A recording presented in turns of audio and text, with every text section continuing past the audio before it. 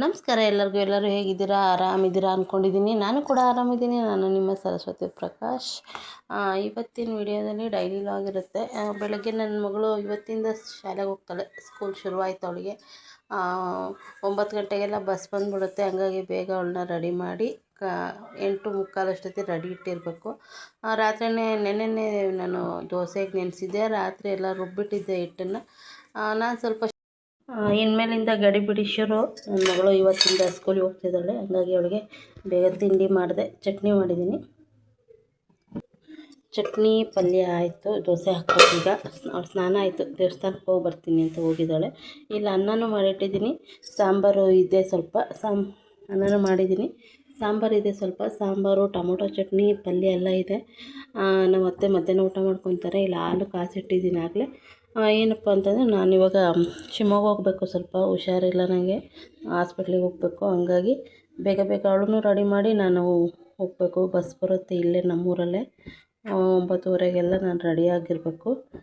ಹಂಗಾಗಿ ಅರ್ಜೆಂಟಾಗಿ ಎಲ್ಲ ಮಾಡ್ತಾಯಿದ್ದೀನಿ. ಹಿಟ್ಟು ಚೆನ್ನಾಗಿ ಉದುಕ್ ಬಂದಿತ್ತು. ಮತ್ತು ನಾನೆಲ್ಲ ಮಿಕ್ಸ್ ಮಾಡಿಟ್ಟಿದ್ದೆ. ಮತ್ತೆ ಉದುಕ್ ಬಂದುಬಿಟ್ಟಿದೆ. ನೋಡಿ ಎಷ್ಟು ಚೆನ್ನಾಗಿ ಹಿಟ್ಟು ಬಂದಿದೆ. ದೋಸೆನೂ ಚೆನ್ನಾಗಿ ಬರುತ್ತೆ ಈ ಥರ ಬಂದರೆ. ದೋಸೆ ಹಾಕ್ತೀನಿ.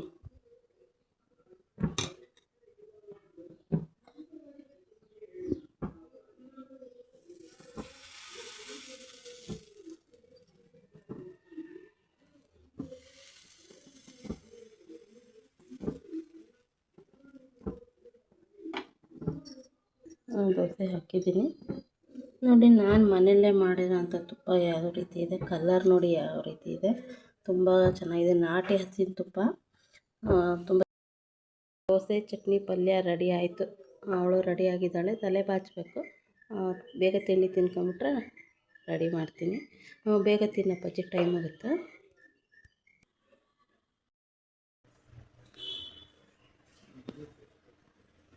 ತುಂಬ ಹೊತ್ತು ಕಾದೆ. 1-2 ಗಂಟೆ ತನಕನೂ ಕಾದಿದ್ದೀನಿ.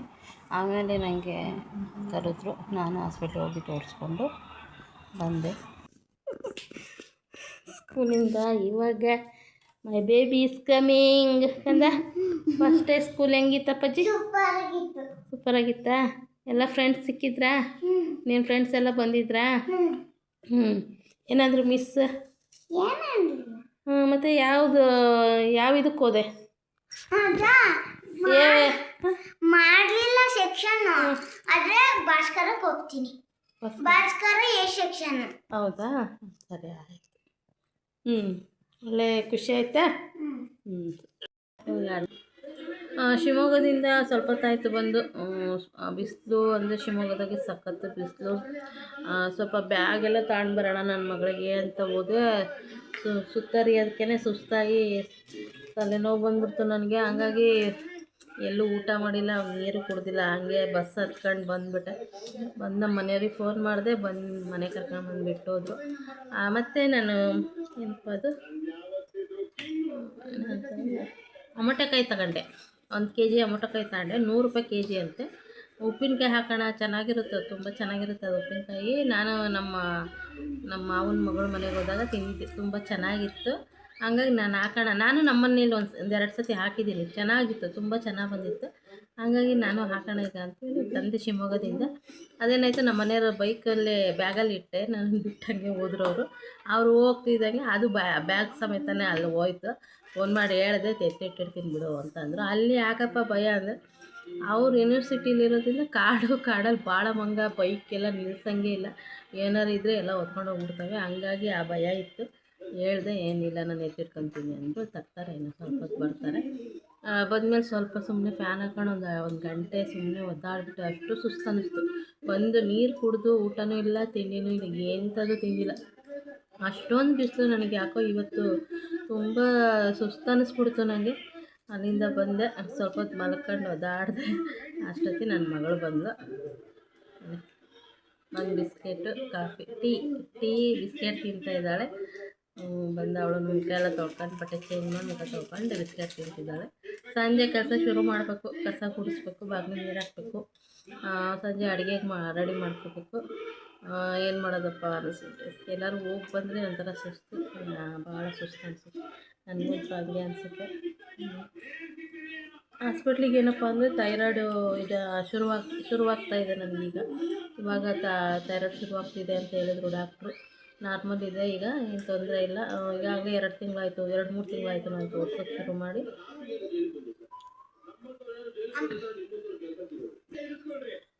2-3 ತಿಂಗಳಾಯಿತು ನಾನು ಥೈರಾಯ್ಡಿಗೆ ಟ್ರೀಟ್ಮೆಂಟ್ ಮಾಡ್ತಾಯಿದ್ದೀನಿ. ಏನಿಲ್ಲ, ನಾರ್ಮಲ್ ಇದೆ, ಎಲ್ಲ ಏನು ತೊಂದರೆ ಇಲ್ಲ. 25 mg ಮಾತ್ರೆ ತೊಗೊಳ್ಳಿ ಅಂತ ಕೊಟ್ಟಿದ್ದಾರೆ. ಹಾಗಾಗಿ ತಿಂಗಳ ರೆಗ್ಯುಲರ್ ಟೆಸ್ಟಿಗೆ ಹೋಗ್ಬೇಕು. ಹೋಗಿ ಬಂದೆ.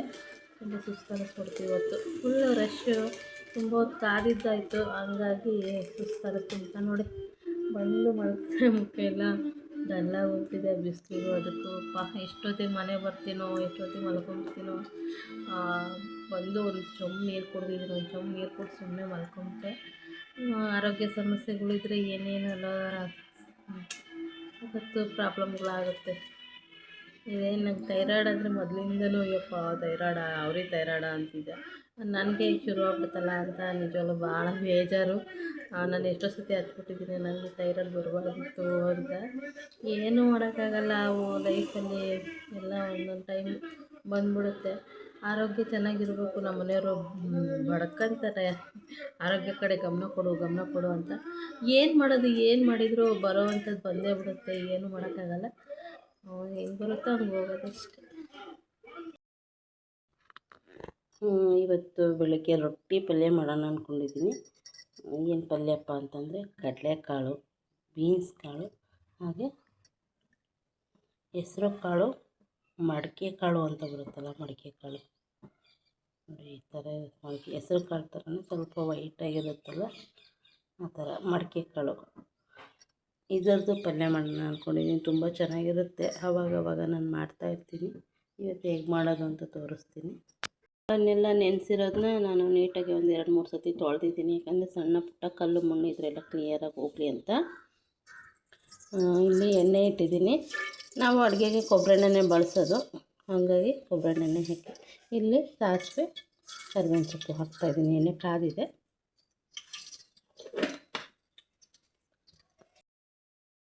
ಇಲ್ಲಿ ಈರುಳ್ಳಿ, ಟೊಮೊಟೊ ಮತ್ತು ಒಂದೇ ಒಂದು ಹಸಿಮೆಣ್ಸಿಕಾಯಿ ಹಾಕ್ಕೊಂಡಿದ್ದೀನಿ. ಆಲೂಗೆಡ್ಡೆ, 2 ಆಲೂಗೆಡ್ಡೆ ಸಣ್ಣದಿತ್ತು, ಹಾಗಾಗಿ 2 ಆಲೂಗೆಡ್ಡೆ ಹಾಕ್ಕೊಂಡಿದ್ದೀನಿ. ನಿಮಗೆ ಎಷ್ಟು ಬೇಕೋ ಅಷ್ಟು ಆಲೂಗೆಡ್ಡೆ ಹಾಕ್ಕೋಬೋದು. ನಾನು ಒಂದೇ ಹಾಕ್ಕೊಂಡಿದ್ದೀನಿ. ಈಗ ಎಣ್ಣೆ ಕಾದಿದೆ ಚೆನ್ನಾಗಿ.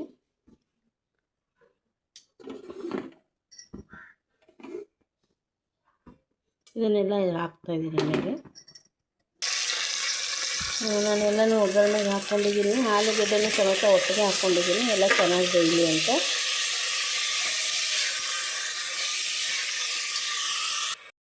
ಅದು ಸ್ವಲ್ಪ ಉಪ್ಪನ್ನು ಹಾಕ್ತಾಯಿದ್ದೀನಿ ಬೇಯಕ್ಕೆ. ಸ್ವಲ್ಪ ಅರಿಶಿನ ಹಾಕ್ತಾಯಿದ್ದೀನಿ. ಅರಿಶಿನ ಉಪ್ಪೆಲ್ಲ ಹಾಕಿ ನಾನು ಚೆನ್ನಾಗಿ ಮಿಕ್ಸ್ ಮಾಡ್ತಾಯಿದ್ದೀನಿ. ಸ್ವಲ್ಪ ಬೇಯಲಿ ಇದು. ಇಲ್ಲಿ ಬೆಳ್ಳುಳ್ಳಿನ ಜಜ್ಜಿಟ್ಕೊಂಡಿದ್ದೀನಿ, ಶುಂಠಿನೂ ಸ್ವಲ್ಪ ಜಜ್ಜಿಟ್ಕೊಂಡಿದ್ದೀನಿ, ಕಸೂರಿ ಮೆಂತ್ಯ ಸ್ವಲ್ಪ ತೊಗೊಂಡಿದ್ದೀನಿ, ಮತ್ತು ಕೊತ್ತಂಬರಿ ಸ್ವಲ್ಪ ತಗೊಂಡಿದ್ದೀನಿ. ಇದು ಆಲ್ಮೋಸ್ಟ್ ಫ್ರೈ ಆಯಿತು. ಆಲೂಗೆಡ್ಡೆನೂ ಅದರಿಂದ ಚೆನ್ನಾಗಿ ಬೆಂದಿದೆ. ಇದನ್ನೆಲ್ಲ ನಾನು ಈಗ ಹಾಕ್ಕೊತಾ ಇದ್ದೀನಿ ಒಗ್ಗರಣೆಗೆ. ನಾನು ಈ ಮಸಾಲೆ ಶುಂಠಿ, ಬೆಳ್ಳುಳ್ಳಿ, ಕೊತ್ತಂಬರಿ, ಕಸೂರಿ ಮೆಂತ್ಯ ಹಾಕಿದ್ದೀನಿ. ಇಲ್ಲಿ 1 ಸ್ಪೂನು ಖಾರದ ಪೌಡ್ರ್ ಹಾಕ್ತಾಯಿದ್ದೀನಿ. ಒಂದು ಹಸಿಮೆಣ್ಸಿಕಾಯಿ ಹಾಕಿದ್ದೀನಿ ಅಷ್ಟೇ, ಜಾಸ್ತಿ ಏನು ಹಾಕಿಲ್ಲ ನಾನು. ಹಾಗೆ 1 ಸ್ಪೂನು ಸಾಂಬಾರು ಪೌಡ್ರು, ನಾನು ಡೈಲಿ ಉಪಯೋಗಿಸೋಂಥ ಸಾಂಬಾರು ಪೌಡ್ರ್ ಹಾಕ್ತಾಯಿದ್ದೀನಿ. ಇದನ್ನೆಲ್ಲ ಚೆನ್ನಾಗಿ ಮಿಕ್ಸ್ ಮಾಡ್ತೀನಿ ನಾನು.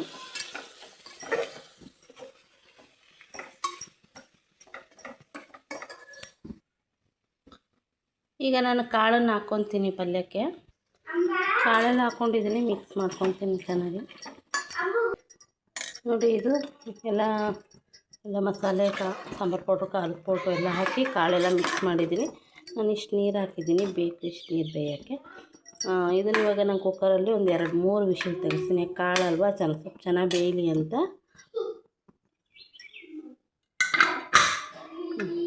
3 ವಿಷಲ್ ಬರಲಿ ಸಾಕು. ಈ ರೊಟ್ಟಿ ಮಾಡೋಕ್ಕೆ ಸರಿ ಮಾಡ್ಕೊತಾ ಇದ್ದೀನಿ. ನಾನು ಈ ಥರ ಮಾಡ್ಕೊತೀನಿ. ಕೆಲವರು ಅನ್ನ ಹಾಕಿ ಮಾಡ್ತಾರೆ, ನಾನು ಅನ್ನ ಹಾಕಿ ಮಾಡ್ತೀನಿ. ಇವತ್ತು ಅನ್ನ ಏನು ಹಾಕ್ತಾಯಿಲ್ಲ, ಹಾಗೆ ಹಿಟ್ಟಿಂದಲೇ ಮಾಡ್ಕೊತಾ ಇದ್ದೀನಿ.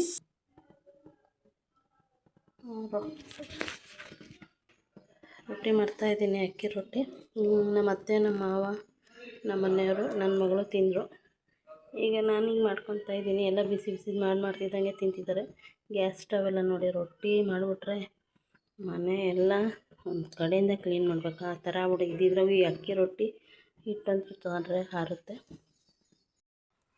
ರೊಟ್ಟಿ ಪಲ್ಯ ಎಲ್ಲ ಆಯಿತು ನೋಡಿ, ಎಷ್ಟು ಸಖತ್ತಾಗಿ ಬಂದಿದೆ. ಟೇಸ್ಟ್ ಅಂತೂ ಸೂಪರಾಗಿತ್ತು. ಈ ಥರ ಕಾಯಿಗೆ ಏನೋ ರುಬ್ಬದೆ ಮಾಡಿಕೊಂಡ್ರೆ ತುಂಬ ಚೆನ್ನಾಗಿ. ಬಸಳೆ ಸೊಪ್ಪಿನ ಅಡುಗೆಗೆ ಸಾಂಬಾರು, ಬಸಳೆ ಸೊಪ್ಪು ಸ್ವಲ್ಪ ಬೇರೆ ಥರ ಸೊಪ್ಪು. ಇದು ಒಂದು 15 ದಿನದ ಕೆನೆನ ತೆಗೆದಿರ್ತೀನಿ ನಾನು. ಈಗ ಅದನ್ನು ಬೆಣ್ಣೆ ತೆಗಿಬೇಕು. ರಾತ್ರಿ ಸ್ವಲ್ಪ ಆ ಕೆನೆಗೆ ಮೊಸರು ಹಾಕಿಟ್ಟಿದ್ದೆ. ಈ ಥರ ಎಲ್ಲ ಆಗಿದೆ. ಬನ್ನಿ ಯಾವ ರೀತಿ ಆಗುತ್ತೆ ನೋಡೋಣ. ನಾನು ಈ ಥರ ಮಿಕ್ಸಿ ಜಾರಿಗೆ ಹಾಕ್ಕೊಂಬಿಟ್ಟು ಮಿಕ್ಸಿ ಮಾಡ್ಕೊತೀನಿ ನೋಡಿ. ಈ ಥರ ಬೆಣ್ಣೆ ಬಂದಿದೆ, ಸಖತ್ತಾಗಿ ಕಾಣ್ತಾ ಇದೆ ಬೆಣ್ಣೆ. ಸುಮಾರು ಒಂದು ಅರ್ಧ KGಗಿಂತ ಜಾಸ್ತಿ ಇರ್ಬೋದು ಅನ್ಕೊತೀನಿ. ನಾಟಿ ಹಸುವಿನ ಬೆಣ್ಣೆ ಇದು. ನಾಟಿ ಬೆಣ್ಣೆ ಸೂಪರಾಗಿರುತ್ತೆ, ಮಾತ್ರ ಆರೋಗ್ಯಕ್ಕೂ ಒಳ್ಳೆಯದು. ನಾಟಿ ಹಸುವಿನ ಹಾಲಿಂದ ತೆಗೆದಿರೋದ್ರಿಂದ ತುಂಬ ಚೆನ್ನಾಗಿರುತ್ತೆ. ಘಮನೂ ಹಂಗೆ ಸೂಪರಾಗಿರುತ್ತೆ. ನಾನು ತಿಂಗಳಿಗೆ ಹೆಚ್ಚು ಕಡಿಮೆ ಒಂದು ಅರ್ಧ ಮುಕ್ಕಾಲು KG ಅಂತೂ ಬೆಣ್ಣೆ ತೆಗಿತೀನಿ. ತುಪ್ಪ ಅಂತೂ ಮನೆಯಲ್ಲೇ ಮಾಡ್ಕೊತೀನಿ, ಏನು ಕೊಂಡ್ಕೊಳಕ್ಕೆ ಹೋಗಲ್ಲ. ಸೂಪರಾಗಿ ಅಂತೂ ಬಂದಿದೆ ಅಲ್ವಾ, ನೋಡೋಕ್ಕೆ ಎಷ್ಟು ಚೆನ್ನಾಗಿ ಕಲರ್ಫುಲ್ಲಾಗಿದೆ. ನಾನು ಇದನ್ನು ಇವತ್ತೇನು ಬೆಣ್ಣೆ ಕಾಯಿಸಲ್ಲ, ನಾನು ನಾಳೆ ಕಾಯಿಸ್ತೀನಿ. ಇದು ನಾನು ಮೊಸರು ಹಾಕಿ ಇಟ್ಟಿದ್ದರಿಂದ ಕೆನೆಗೆ ಅದು ಸ್ವಲ್ಪ ಮಜ್ಜಿಗೆ ಥರ ಬಂದಿದೆ. ಅದನ್ನೇನು ನಾವು ವೇಸ್ಟ್ ಮಾಡಲ್ಲ, ತೋಟಕ್ಕೇ ಹಾಕ್ತೀವಿ. ನಾನು ಹೇಳಿದ್ದೆಲ್ಲ ನೆನ್ನೆ ಶಿವಮೊಗ್ಗದಲ್ಲಿ ಏನಕ್ಕಾಯಿದು ಆಮಟೆಕಾಯಿ ತಂದಿದ್ದೆ ಅಂತ ಹೇಳಿದ್ನಲ್ಲ, ಉಪ್ಪಿನಕಾಯಿ ಹಾಕೋಕ್ಕೆ ಎಷ್ತಾ ಇದ್ದೀನಿ. ಎಳೆವಿದಾವೆ ತುಂಬ, ಒಂದೊಂದು ಬಲ್ತಿದ್ದಾವೆ, ಒಂದೊಂದು ಎಳೆವಿದ್ದಾವೆ. ಇದನ್ನ ಇವಾಗ ಕಟ್ ಮಾಡ್ಕೊತಾ ಇದ್ದೀನಿ. ನೆಕ್ಸ್ಟ್ ವೀಡಿಯೋದಲ್ಲಿ ಇದು ಉಪ್ಪಿನಕಾಯಿ ಯಾವ ರೀತಿ ಹಾಕೋದು ಅಂತಲೂ ತೋರಿಸ್ತೀನಿ ನಾನು. ಇವತ್ತಿನ ವಿಡಿಯೋ ಇಷ್ಟೇ ಸ್ನೇಹಿತರೆ. ಇಷ್ಟ ಆದರೆ ಲೈಕ್ ಮಾಡಿ, ಶೇರ್ ಮಾಡಿ, ತಪ್ಪದೇ ಸಬ್ಸ್ಕ್ರೈಬ್ ಮಾಡಿ. Thank you for watching.